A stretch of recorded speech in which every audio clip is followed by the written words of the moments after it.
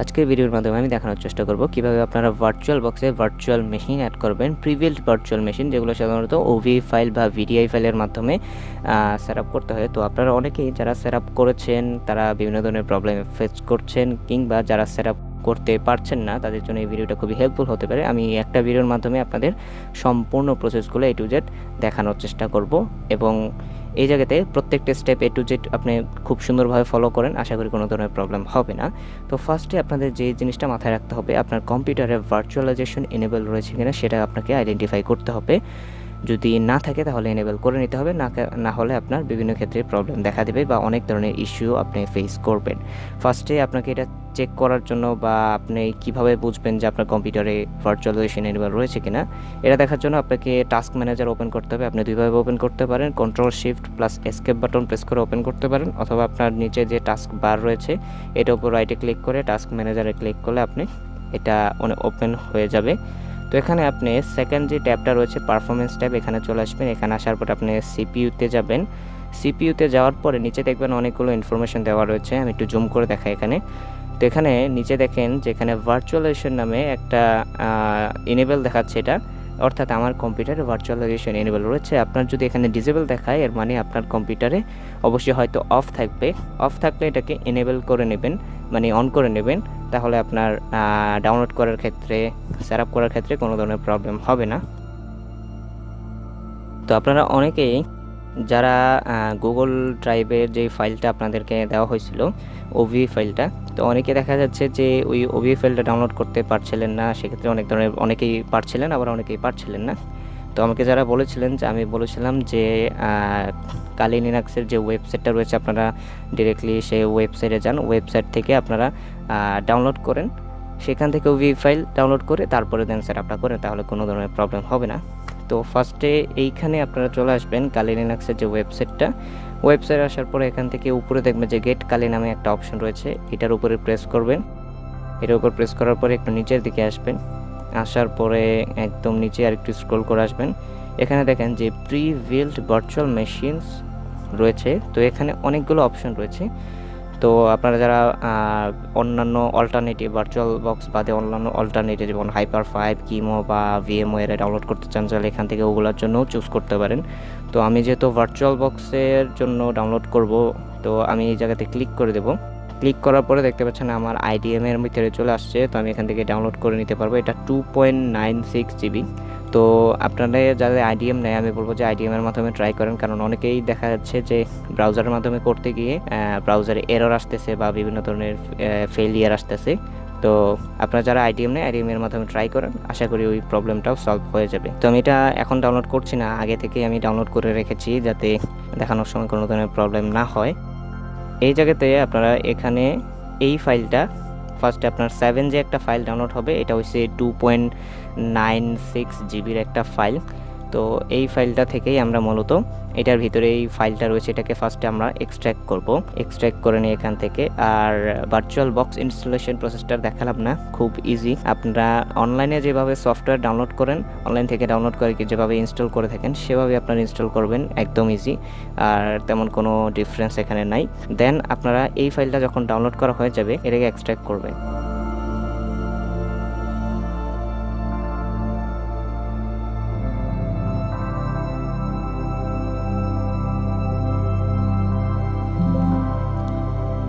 ফাইলটা এক্সট্রাক্ট করার পরে আপনারা এখানে একটা ফোল্ডার দেখতে পাবেন। ফোল্ডার এখানে আপনারা ওপেন করে নেবেন। ওপেন করার পর দুইটা ফাইল দেখে এখানে ঘাবড়ানোর কিছু নেই। সেকেন্ড যে ফাইলটা রয়েছে যেটার এক্সটেনশন হলো VDI, এটা আমরা ইউজ করব সেট আপ করার জন্য।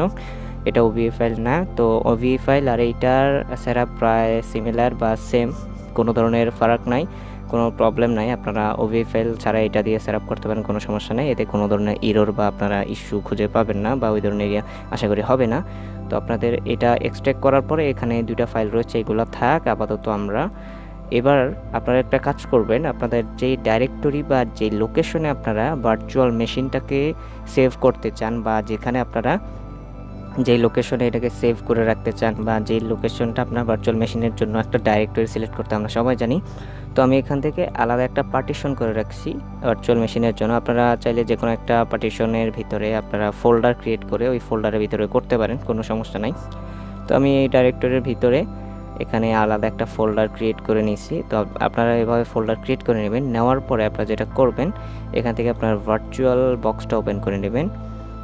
ভার্চুয়াল বক্স ওপেন করার পরে ইন্টারফেস এরকম আছে, আপনারা সবাই জানেন। তো এখানে ফার্স্টে যে ফাইল নামে একটা অপশন রয়েছে, এটার উপর ক্লিক করবেন, তারপরে প্রেফারেন্সে ক্লিক করে দেবেন। প্রেফারেন্সে ক্লিক করার পরে উপরে দেখবেন যে জেনারেল ট্যাবের ভিতরে উপরে দেখবেন ডিফল্ট মেশিন ফোল্ডার রয়েছে। এখান থেকে আপনারা ডিফল্ট মেশিন ফোল্ডারের এই লোকেশনটা চেঞ্জ করে দেবেন।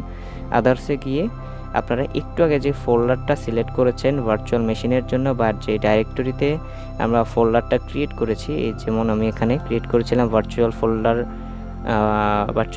বক্স নামে একটা ফোল্ডার ক্রিয়েট করেছিলাম, সেটা আমি এখান থেকে সিলেক্ট করে দেব। এখান থেকে সিলেক্ট করে দিলাম। এটা সিলেক্ট করার পরে দেন এটাকে ওকেতে প্রেস করে দেব।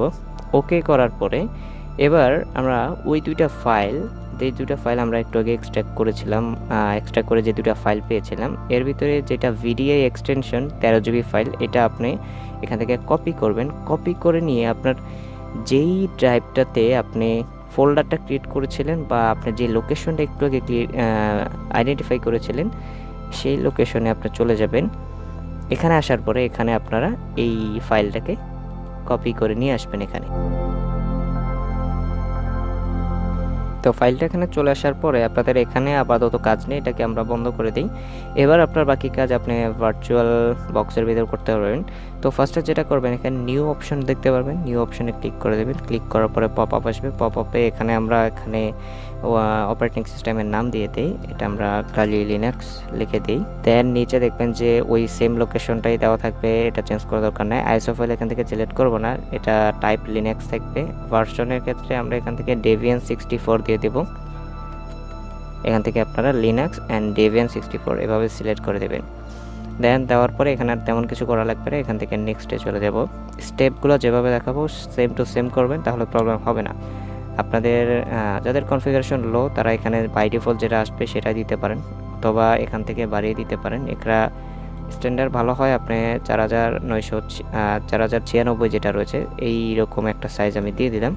তো এখান থেকে আর তেমন কিছু চেঞ্জ করলাম না। এরপর আমি নেক্সটে ক্লিক করে দেব। নেক্সটে ক্লিক করার পরে এই জায়গাটা দেখেন, লক্ষ্য করেন, এখানে খুবই ইম্পর্টেন্ট। এখানে আসার পরে আপনারা উপরে কিছু চেঞ্জ করার দরকার নেই। সেকেন্ড যেটা রয়েছে use an existing virtual disk, এটার ক্লিক করবে।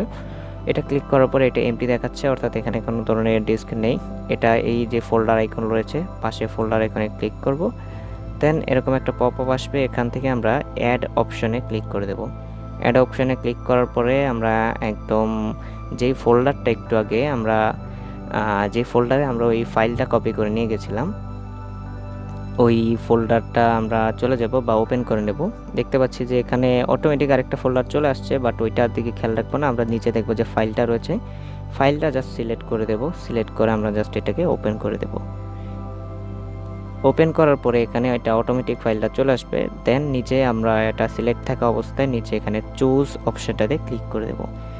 চুজ অপশনে ক্লিক করার পরে আমরা এখান থেকে নেক্সটে ক্লিক করে দেব। নেক্সটে ক্লিক করার পরে একটা সামারি আসবে, আপনার মেশিনের ডিটেল দেওয়া থাকবে, আপনি এখান থেকে ফিনিশ দিয়ে দেবেন। ফিনিশ দেওয়ার পরে আমরা এটাকে স্টার্ট করব না, স্টার্ট করার আগে ফার্স্টে এটার উপরে রাইটে ক্লিক করে সেটিংসে দিতে পারেন, অথবা এটা সিলেক্ট থাকা অবস্থায় এখানে উপরে সেটিংস আইকনে ক্লিক করে এখানে চলে আসবেন। সেটিংসে আসার পরে এখানে জেনারেল ট্যাবে যাব আমরা। জেনারেল ট্যাবে এখানে তেমন কিছু বেসিক্সে নাই, আপনারা অ্যাডভান্সে আসবেন। অ্যাডভান্সে আসার পরে নিচে এখানে দুইটা অপশন রয়েছে, নিচে দুইটা অপশন রয়েছে, এগুলার ভিতরে আপনারা অ্যাডভান্স ট্যাবে নিচে এই দেখতে পাচ্ছেন শেয়ার ক্লিপবোর্ড, এটা ডিসেবল রয়েছে। এটাকে আপনারা লাস্টের যে অপশনটা এটা সিলেক্ট করবেন, ড্র্যাগ অ্যান্ড ড্রপ, এটার লাস্টের অপশনটা ক্লিক করে দেবেন। এটার সুবিধা হচ্ছে আপনি যে কোনো ফাইল আপনি ড্র্যাগ অ্যান্ড ড্রপ করে উইন্ডোজ থেকে আপনি আপনার যেই গেস্ট যেই ওএস যেটা রয়েছে, মানে কালি লিনাক্সে সহজেই ব্যবহার করতে পারবেন, ড্র্যাগ অ্যান্ড ড্রপ করে ইউজ করতে পারবেন। এখানে কাজ শেষ। তারপর আপনারা সিস্টেমসে যাবেন। সিস্টেম থেকে আপনারা সেকেন্ড ট্যাবে প্রসেসর, যেটা প্রসেসরে আসবেন। এখান থেকে আপনার প্রসেসর আমার এখানে 1 রয়েছে, আমি এটাকে 3 করে দিই। 3 পর্যন্ত আমি নিয়ে গেলাম। আপনাদের কনফিগারেশন লো হলে আপনারা 2-এ দিয়ে দিবেন, কোনো সমস্যা নাই। তারপরে ডিসপ্লেতে আসি। ডিসপ্লেতে আসার পরে এখানে ভিডিও মেমোরিটা আমি এখানে ফুল দিয়ে দিচ্ছি। পিসি যদি অনেক বেশি স্লো হয় সেক্ষেত্রে আপনারা এখানে এটাকে 70 দিতে পারেন, 70-75 এরকম দিতে পারেন, বাট এটাকে ম্যাক্সিমাম সময় এটাকে ফুল দিলেই বেটার। আমি ফুল দিয়ে দিচ্ছি। তারপরে এখান থেকে আপনারা নেটওয়ার্কসে আসবেন। নেটওয়ার্কসে আসার পরে অ্যাডাপ্টার 1-এ নেট অপশন থাকবে, আপনারা সেকেন্ড যেটা রয়েছে ব্রিজ অ্যাডাপ্টার, এটা সিলেক্ট করে দেবেন। এখানেও কাজ শেষ। তারপরে আপনারা ইউএসবিতে আসবেন। ইউএসবি অপশানে আসার পরে এখান থেকে আপনারা ইউএসবি 3.0 যেটা 3 নাম্বার, এটা সিলেক্ট করে দেবেন। দেন এখান থেকে ওকেতে প্রেস করবেন। ওকেতে প্রেস করার পরে আপনারা এখান থেকে যেটা করবেন, মেশিনটা স্টার্ট করবেন। এখানে স্টার্টে প্রেস করে দেবেন।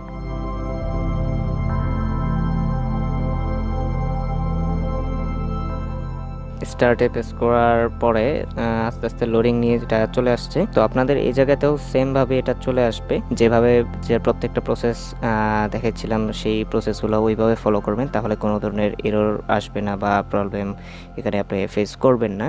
তো এটা ফার্স্ট টাইম লোডিং হতে কিছুটা সময় লাগতে পারে, তাই একটু ওয়েট করবেন। দেন এখানে চলে আসছে। আসার পর এখানে লগইন স্ক্রিনটা আসবে। এখানে বাই ডিফল্ট পাসওয়ার্ড কালি দেওয়া থাকে, 𝘂𝗂𝗯𝗀, এটা এন্টার করার পরে এখানে চলে আসবে।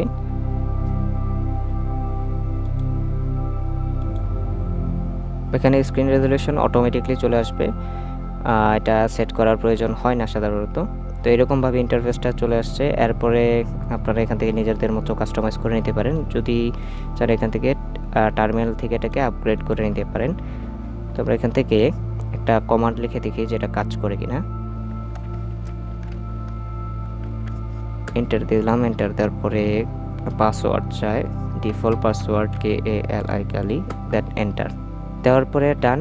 এই টুলটা ইনস্টল হয়ে গেল। টুল ইনস্টল হওয়ার পরে এটা আমরা একটু টেস্ট করে দেখি কিভাবে কাজ করে কিনা এটা।